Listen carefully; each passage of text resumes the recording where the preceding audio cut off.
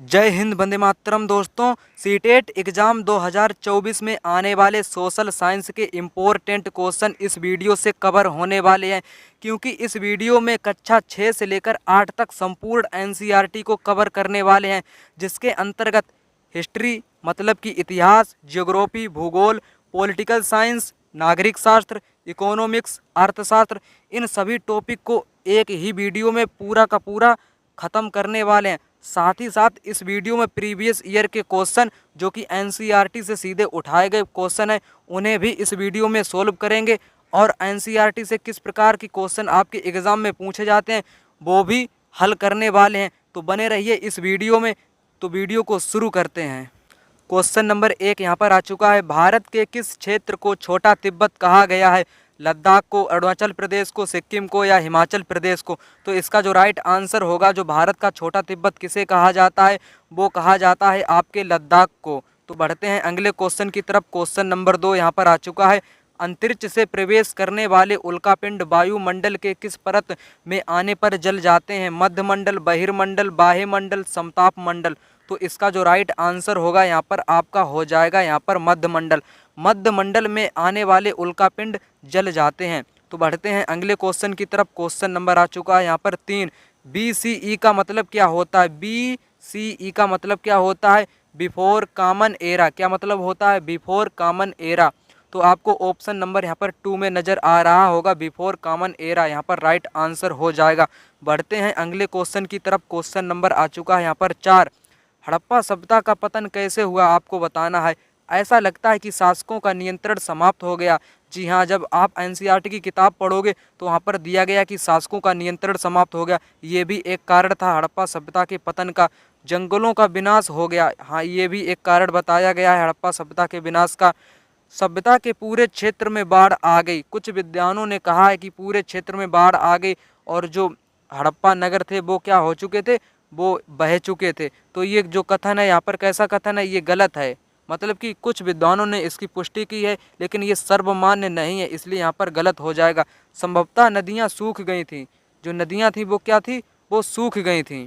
तो यहाँ पर राइट आंसर आपका हो जाएगा ऑप्शन नंबर 2, ABD यहाँ पर राइट आंसर हो जाएगा। तो बढ़ते हैं अगले क्वेश्चन की तरफ। क्वेश्चन नंबर आ चुका है यहाँ पर 5। निम्नलिखित में से कौन सा प्रायद्वीपीय पठार का लक्षण नहीं है? तो आपको यहाँ पर बताना है प्रायद्वीपीय पठार का लक्षण नहीं है। यह उत्तरी मैदानों के दक्षिण में स्थित है। बिल्कुल ये स्थित है। इसके उत्तर पश्चिम में अरावली श्रृंखला भी स्थित है, बिल्कुल स्थित है। यह कोयला एवं लौह अयस्क जैसे खनिजों की प्रचुरता, मतलब कि वहाँ खनिज भी पाए जाते हैं, बिल्कुल सही बात है, वहाँ पर पाए जाते हैं। यह पठार पश्चिम की ओर बहने वाली महानदी और कृष्णा नदियाँ मौजूद हैं। ये नहीं है, ये कृष्णा नदियाँ आपकी पड़ती है दक्षिण भारत में। ठीक, तो यहाँ पर गलत वाला आपको बताना था, तो इस प्रकार राइट आंसर हो जाएगा आपका ऑप्शन नंबर 4। बढ़ते हैं अगले क्वेश्चन की तरफ। Question number 6। ब्रिटिश काल से पहले बच्चों को पढ़ाया जाता था, क्या पढ़ाया जाता था? सरकारी संस्थानों में पढ़ाया जाता था, एक निश्चित फीस लेकर। साल भर फसल कटाई के समय छोड़कर जब वे खेतों में काम करते थे। वार्षिक परीक्षा के माध्यम से मूल्यांकन के लिए। तो इसका जो राइट आंसर होगा आपका, ब्रिटिश काल में जो बच्चों को पढ़ाया जाता था वो पढ़ाया जाता था साल भर, फसल की कटाई के समय छोड़कर जब वे खेतों पर काम करते थे। इसका राइट आंसर हो जाएगा। बढ़ते हैं अगले क्वेश्चन की तरफ। Question number 7। निम्नलिखित में से कौन सी गंगा ब्रह्मपुत्र बेसिन की विशेषता नहीं है? विशेषता नहीं है, आपको यहाँ पर बतानी है। मैदानी क्षेत्र में ओक्स बो लेक चाप झील चिन्हित है, बिल्कुल चिन्हित है। जब आप मतलब कि गंगा और ब्रह्मपुत्र नदी का जो बेसिन है, जो डेल्टा है, गंगा ब्रह्मपुत्र नदी सुंदरबन डेल्टा यहीं पर पड़ता है आपका पश्चिम बंगाल में। तो वहाँ पर ओक्सबो लेक मतलब कि चाप झील एक है। मैदानी क्षेत्र में जनसंख्या घनत्व अधिक है, मतलब कि वहाँ जनसंख्या जो है वो सर्वाधिक पाई जाती है। सर्वाधिक जनसंख्या कहाँ पाई जाती है? जहाँ पानी की उपलब्धता होती है, जैसे कि उत्तरी भारत ले लो आप, चाहे गंगा का मैदान ले लो, मतलब कि जहाँ नदियाँ होती हैं वहाँ की जनसंख्या अधिक पाई जाती है। डेल्टा क्षेत्र मैग्रोव वनों से आच्छादित है, बिल्कुल सही बात है। भूमि कृषि के लिए इस क्षेत्र में कर्तन दहन कृषि की जाती है, बिल्कुल नहीं की जाती है। कर्तन दहन कृषि का मतलब होता है कि झूम कृषि या मतलब कि स्थानांतरण कृषि। तो यहाँ पर ये नहीं की जाती है। तो जो गंगा ब्रह्मपुत्र बेसिन का मैदान है वहाँ का मैदान बहुत ही ज़्यादा उपजाऊ है, मतलब कि गेहूँ, चावल, मक्का इस प्रकार की फसल की जाती है, लेकिन दहन कृषि नहीं की जाती है। तो बढ़ते हैं अगले क्वेश्चन की तरफ। क्वेश्चन नंबर आ चुका है यहाँ पर 8। ऋतु प्रवास जुड़ा हुआ है, किससे जुड़ा हुआ है? लोगों के आवागमन से, घरों की पास पास बसावट से, एक छोटे घर के पौधे रखने का कृत्रिम अहाता से, ऐसे स्थान जहां बस्तियां विकसित होती हैं। तो इसका जो राइट आंसर होगा वो डायरेक्ट यहाँ पर हो जाएगा आपका ऑप्शन नंबर 1, लोगों के आवागमन। ऋतु प्रवास का मतलब होता है लोगों के आवागमन, किसके अनुसार? ऋतु के अनुसार, वर्षा जैसे मौसम के अनुसार लोग एक दूसरे से पानी और चरागाह की उपलब्धता के अनुसार ऋतु प्रवास करते रहते हैं। ये बात चरवाहों पर लागू होती है। तो बढ़ते हैं अगले क्वेश्चन की तरफ। Question number 9। ब्राज़ील के कंबोज और वेनेजुएला के लाओस उदाहरण हैं। आपको बताना है ब्राज़ील के कंबोज और वेनेजुएला के लाओस ये किसके उदाहरण हैं? शीतोष्ण कटिबंधीय घास के स्थल के, टुंड्रा प्रकार की वनस्पति के, उष्ण कटिबंधीय घास के स्थल के, या भूमध्य सागरीय वनस्पति के। तो इसका जो राइट आंसर यहाँ पर हो जाएगा आपका होगा उष्ण कटिबंधीय घास के स्थल के ये नाम है। ये ब्राज़ील में क्या पड़ता है? ब्राज़ील में घास के मैदान को कहा जाता है कंपोज, जो कि मतलब कि उष्ण कटिबंधीय घास के स्थल हैं। वेनेजुएला में कहा जाता है लानोस। और इसी प्रकार अगर शीतोष्ण की बात की जाएगी, शीतोष्ण में जो ऑस्ट्रेलिया है, ऑस्ट्रेलिया में इसे कहते हैं डाउन्स, और यूरोप में कहते हैं स्टेप्स। क्या कहते हैं? स्टेप्स। तो बढ़ते हैं अगले क्वेश्चन की तरफ। क्वेश्चन नंबर आ चुका है यहाँ पर 10 कहता है कि निम्नलिखित में से कौन सा कथन अफ्रीका के बारे में सही है? सही वाला कथन आपको यहाँ पर बताना है। अफ्रीका का बहुत बड़ा भाग दक्षिणी गोलार्ध में स्थित है। दक्षिण गोलार्ध में स्थित है। जो आपका ग्लोब है वो 2 भागों में विभाजित है, उत्तरी गोलार्ध और दक्षिणी गोलार्ध।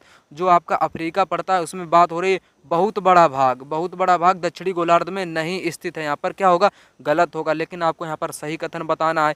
यही एक ऐसा महाद्वीप है जिससे होकर कर्क, विषुवत मतलब कि भूमध्य रेखा तथा मकर रेखाएं, ये तीनों ही होकर गुजरती हैं। बिल्कुल सही बात है। आपको यहाँ पर याद रखना है जो आपका अफ्रीका महाद्वीप है वो ऐसा महाद्वीप है जिससे कर्क रेखा, भूमध्य रेखा और मकर रेखाएं होकर गुजरती हैं। गोबी मरुस्थल इस महाद्वीप में स्थित है नहीं, यहाँ पर स्थित नहीं है। इसके पश्चिम यूराल मतलब यूराल पर्वत और इसे एशिया से अलग करते हैं, नहीं करते हैं। तो यहाँ पर ऑप्शन नंबर जो आपका होगा कौन सा? 2, ये वाला यहाँ पर राइट आंसर हो जाएगा।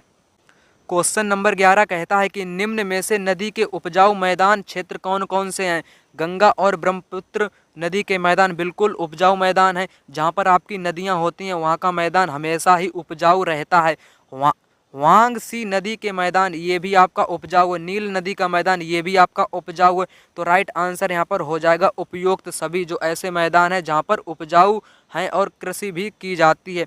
बढ़ते हैं अगले क्वेश्चन की तरफ। क्वेश्चन नंबर 12 कहता है कि प्राचीन काल में लोग किस भाषा का प्रयोग करते थे?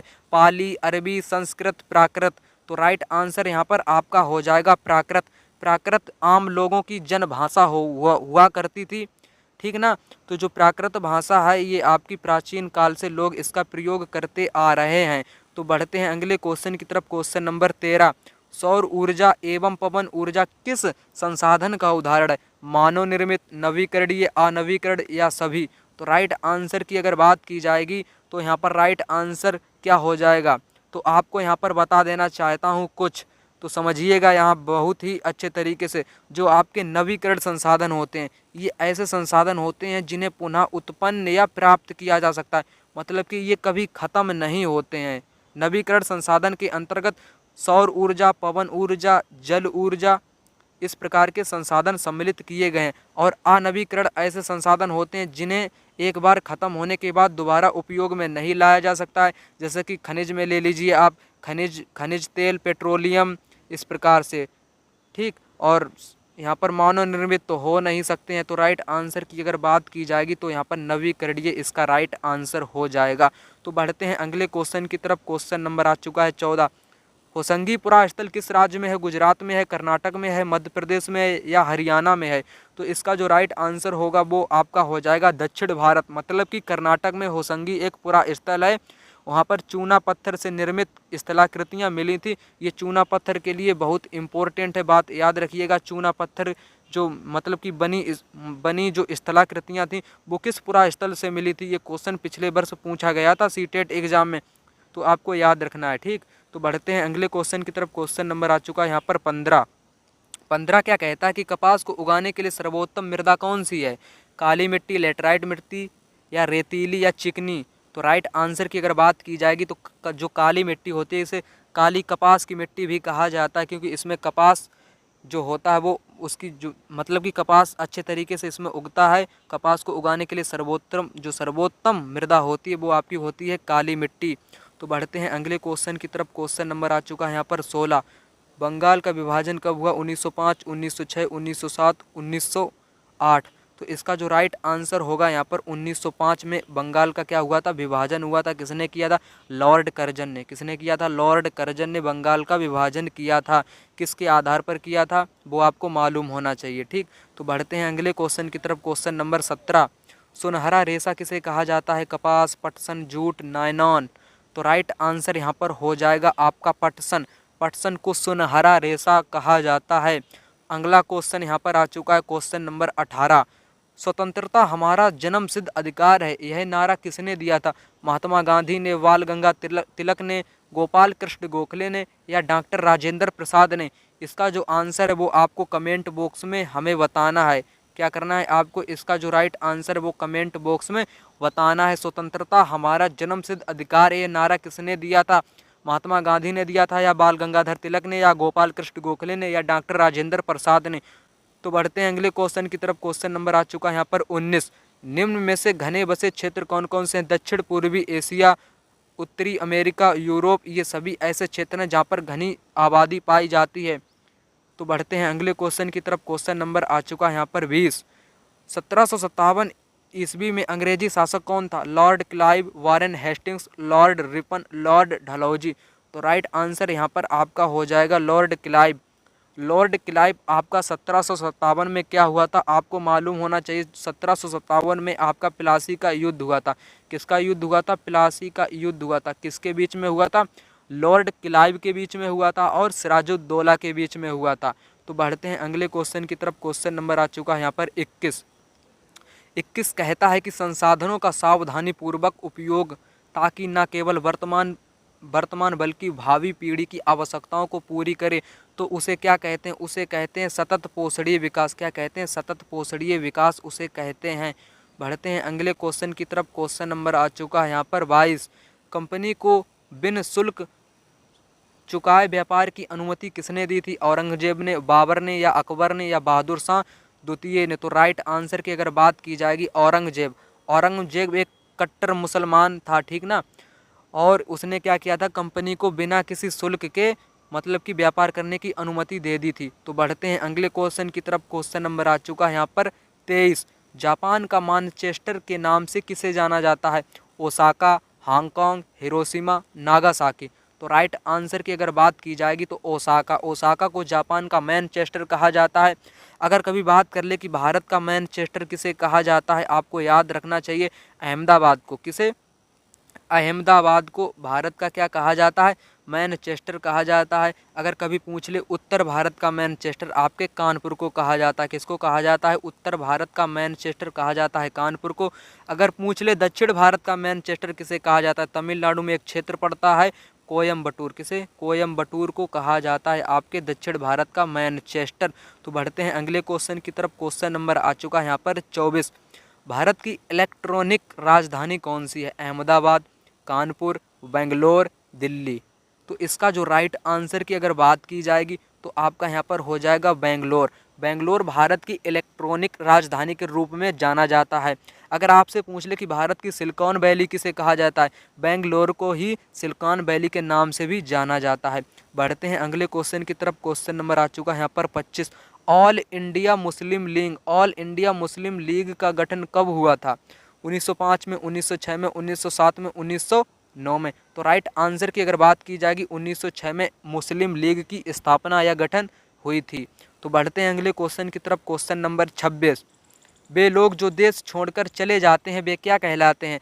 वे क्या कहलाते हैं? उत्प्रवासी, अप्रवासी, विदेशी या निवासी? तो राइट आंसर की अगर बात की जाएगी ऐसे लोग जो कि देश छोड़कर ही चले जाते हैं वे आपके कहलाते हैं उत्प्रवासी। क्या कहलाते हैं? उत्प्रवासी कहलाते हैं। बढ़ते हैं अगले क्वेश्चन की तरफ। क्वेश्चन नंबर आ चुका है यहाँ पर 27। रूस में क्रांति कब हुई थी? 1800, 1885, 1908, 1917। तो राइट आंसर की अगर बात की जाएगी तो यहाँ पर राइट आंसर आपका हो जाएगा 1917। 1917 में रूस में क्रांति हुई थी। तो बढ़ते हैं अगले क्वेश्चन की तरफ। क्वेश्चन नंबर आ चुका है यहाँ पर 28। वितरण के आधार पर संसाधनों को वर्गीकृत किया जाता है। वास्तविक संसाधन या संभाव्य, नवीकरण संसाधन, अनवीकरण संसाधन, जैव संसाधन, अजैव संसाधन, सर्वव्यापक या स्थानिक संसाधन। तो अगर बात की जाए वितरण के आधार पर, वितरण के आधार पर संसाधनों का वर्गीकृत किया जाता है सर्वव्यापक संसाधन और स्थानिक। सर्वव्यापक का मतलब होता है कि ऐसे संसाधन जो सभी जगह पर पाए जाते हैं। स्थानिक का मतलब होता है कि ऐसे विशेष स्थान पर ही वो मिलते हैं। तो यहाँ पर एक बात और समझिएगा आप, जैव संसाधन वे होते हैं जिनमें जीवन होता है, जैसे पेड़ पौधे, जीव जंतु, मानव, ठीक ना। अजैव वे होते हैं जिनमें जीवन नहीं होता, जैसे कि पत्थर, चट्टान, मिट्टी, ठीक ना।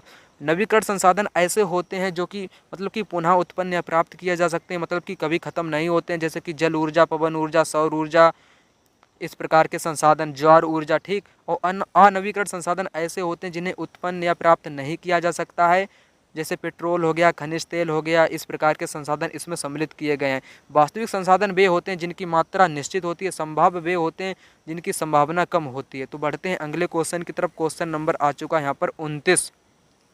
सिलिकॉन घाटी कहाँ पर स्थित है? कैलिफोर्निया, वाशिंगटन, ओसाक या अहमदाबाद।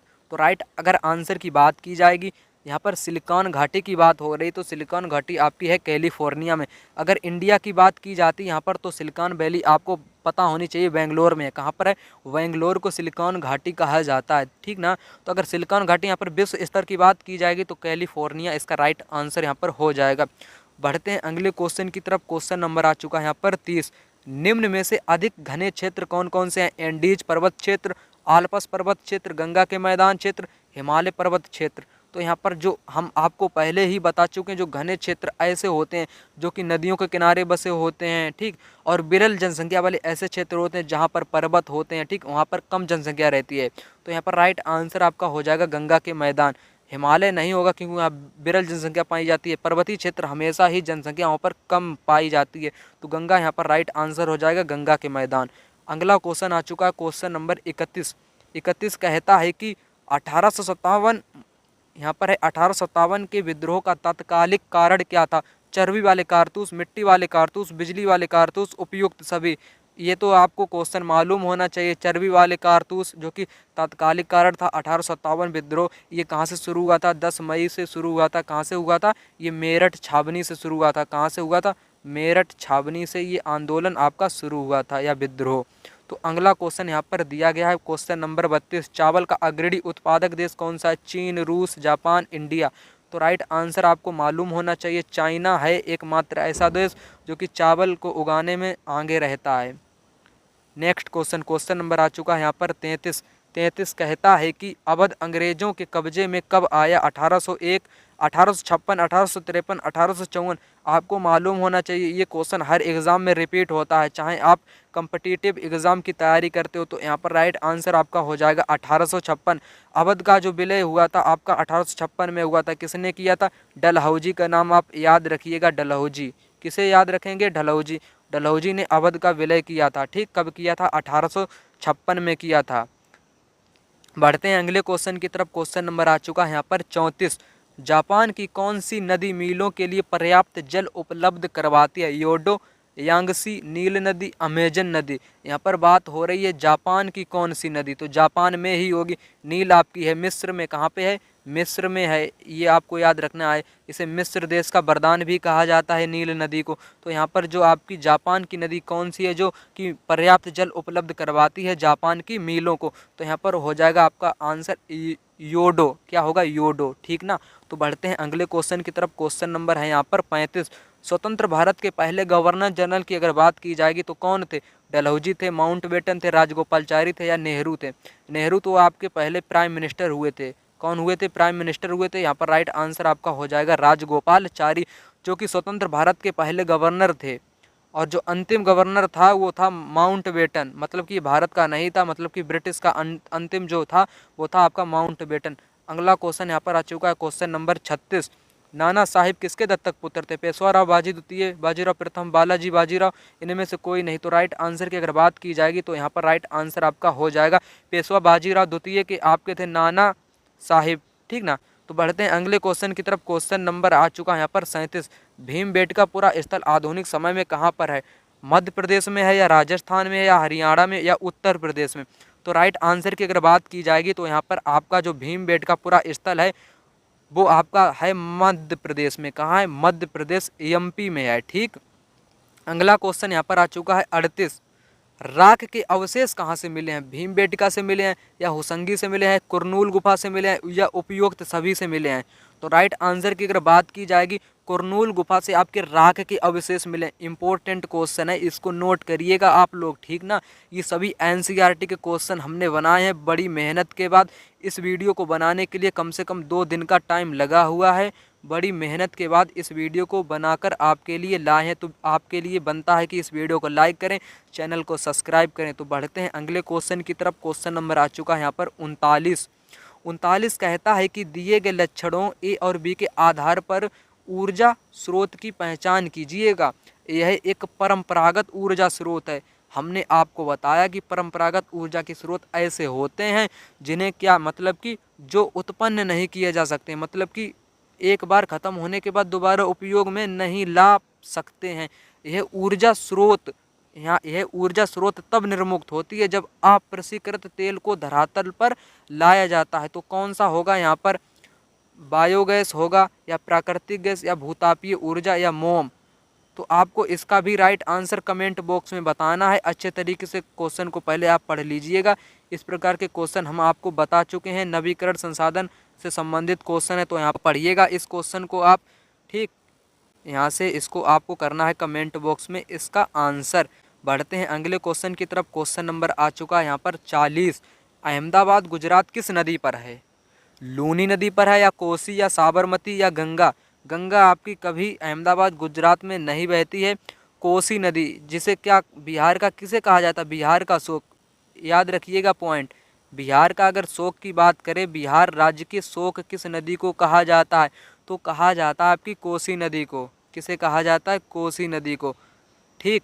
तो यहाँ पर लूनी ये आपकी बहती है, मतलब कि दक्षिण भारत, सॉरी, ये बहती है पश्चिम भारत में। लेकिन जो अहमदाबाद गुजरात की नदी पूछे किस नदी के किनारे, वो है आपकी साबरमती। यहीं पर महात्मा गांधी ने आंदोलन चलाया था, नमक तोड़ो वाला जो आंदोलन था वो महात्मा गांधी ने चलाया था, ठीक। तो बढ़ते हैं अगले क्वेश्चन की तरफ। Question number 41। पतन का अर्थ क्या होता है? रेलवे स्टेशन, बस स्टैंड, हवाई धूप, या बंदरगाह? तो बंदरगाह इसका आंसर हो जाएगा। यहाँ पर अगला क्वेश्चन आ चुका है। क्वेश्चन नंबर है यहाँ पर 42। भारत वस्त्र में पहला सफल आधुनिक वस्त्र मिल कहाँ लगा था? कलकत्ता में, मुंबई में, बंगलोर में, या कर्नाटक में? तो जो आपका जो सफल आधुनिक वस्त्र का जो कारखाना या मिल स्थापित किया गया था भारत में, वो किया गया था आपके मुंबई में। कहाँ किया गया था? मुंबई इसका राइट आंसर यहाँ पर हो जाएगा।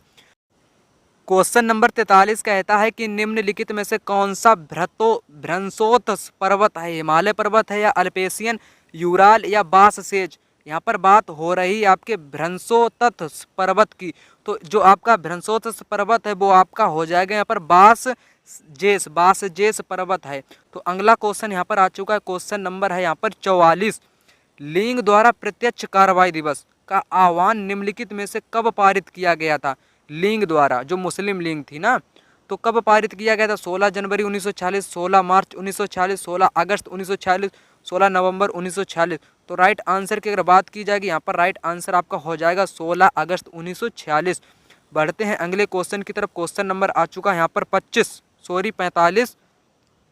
पवन फार्मों में पवन चक्की के द्वारा ऊर्जा उत्पन्न की जाती है। यह किस राज्य में की जाती है? राजस्थान में, गुजरात में, तमिलनाडु में, उपयुक्त सभी?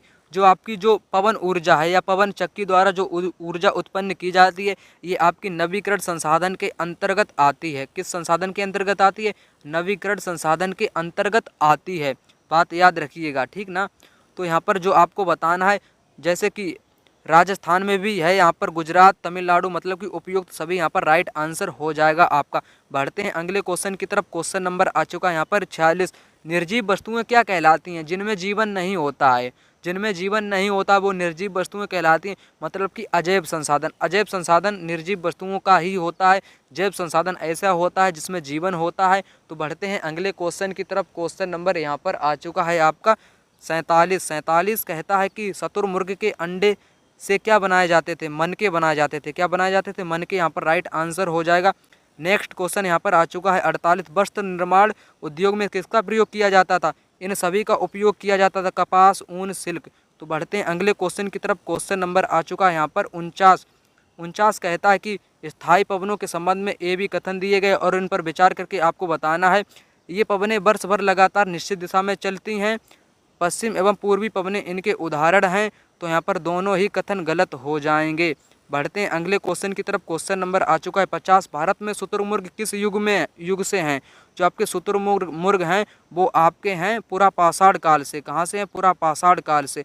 अगला क्वेश्चन यहाँ पर आ चुका है 51। भारत के आरंभिक मानवों को समझने के लिए निम्न में से प्राथमिक स्रोत किसे माना जाता है? प्राथमिक स्रोत आपका माना जाता था मध्य प्रदेश की शैल चित्रकला को। किसको माना जाता था? मध्य प्रदेश की शैल चित्रकला को। अगला क्वेश्चन यहाँ पर आ चुका है 52। इंडिया शब्द का मतलब कि इंडिया शब्द किससे मिलकर बना है? इंडस शब्द से मिलकर बना है। अगला क्वेश्चन आ चुका है यहाँ पर 53। ऋग्वेद की भाषा कैसी है? संस्कृत, पाली, हिंदी, तमिल। तो जो आपकी ऋग्वेद की भाषा है वो है आपकी संस्कृत। कैसी है? संस्कृत। नेक्स्ट क्वेश्चन नंबर आ चुका है 54। महायान बौद्ध धर्म के अंतर्गत क्या किया जाता था? बुद्ध की प्रतिमाएं बनाई जाती थी। क्या किया जाता था? बुद्ध की प्रतिमाएं बनाई जाती थी। नेक्स्ट क्वेश्चन नंबर आ चुका है यहाँ पर 55। किसके शासनकाल में सबसे ज़्यादा अभिलेख मिले हैं? सभी जानते हैं अशोक के शासनकाल में सबसे ज़्यादा अभिलेख मिले हैं। अगला क्वेश्चन आ चुका है यहाँ पर 56 कहता है कि जलवायु के संबंध में दोनों कथन दिए गए हैं। तो यहाँ पर जो राइट आंसर होगा वो आपको बताना। जलवायु वायुमंडल के दिन प्रतिदिन जलवायु 8 वर्ष में एक बार चेंज होती है। तो ये गलत हो जाएगा। किस स्थान की जलवायु सिर्फ ऊंचाई तथा उच्चावच पर निर्भर करती है? ये भी गलत हो जाएगा। मतलब कि दोनों ही गलत यहाँ पर राइट आंसर हो जाएगा। इससे पहले मैं जो आपको ऊपर वाला बता दिया था, इस प्रकार से क्वेश्चन थे ए बी दोनों गलत। तो वहाँ पर दोनों सही हैं। मैंने गलती से गलत कर दिया था, ठीक। सही हैं वहाँ पर दोनों। बढ़ते हैं अगले क्वेश्चन की तरफ। क्वेश्चन नंबर आ चुका है 57 कहता कि गंगा के दक्षिण में फैला गंगा इसकी सहायक नदी सोन के आसपास का क्षेत्र प्राचीन काल में किस नाम से जाना जाता था? मगध के विस्तार में गंगा का मैदान और यहाँ की जो जनसंख्या थी वहाँ की विस्तार पाई जाती है। ये मगध समय की बात यहाँ पर हो रही है, ठीक। तो बढ़ते हैं अगले क्वेश्चन की तरफ। क्वेश्चन नंबर आ चुका है 58। ये क्वेश्चन आपको बताना है उल्कापिंड किस मंडल में आने से ही जल जाते हैं? तो आपको मालूम होना चाहिए मध्य मंडल इसका राइट आंसर यहाँ पर हो जाएगा। नेक्स्ट क्वेश्चन की बात करें अगर, क्वेश्चन नंबर आ चुका है यहाँ पर 59। 18वीं सदी में क्या हुआ था? राजाओं व नवाबों की ताकत छिनने लगी थी। सही बात है। उनकी सत्ता और सम्मान खत्म होने लगा था। सही है। भारतीय शासकों की स्वतंत्रता कम होने लगी थी। सही है। मतलब कि उपयुक्त सभी यहाँ पर राइट आंसर हो जाएगा। नेक्स्ट क्वेश्चन आ चुका है यहाँ पर 60। मृदा परिच्छेदिका की मोटाई को कौन निर्धारित करता है? उच्चावच, समय, वनस्पति जात, प्राणी जात या जलवायु? इसका आंसर आपको कमेंट बॉक्स में बताना। ये आपके लिए होमवर्क है। क्या है? आपके लिए होमवर्क है ये वाला क्वेश्चन। तो वीडियो यहीं तक था। वीडियो अगर आपको अच्छा लगा तो वीडियो को लाइक करें, चैनल को सब्सक्राइब करें। मिलते हैं किसी अगले वीडियो में।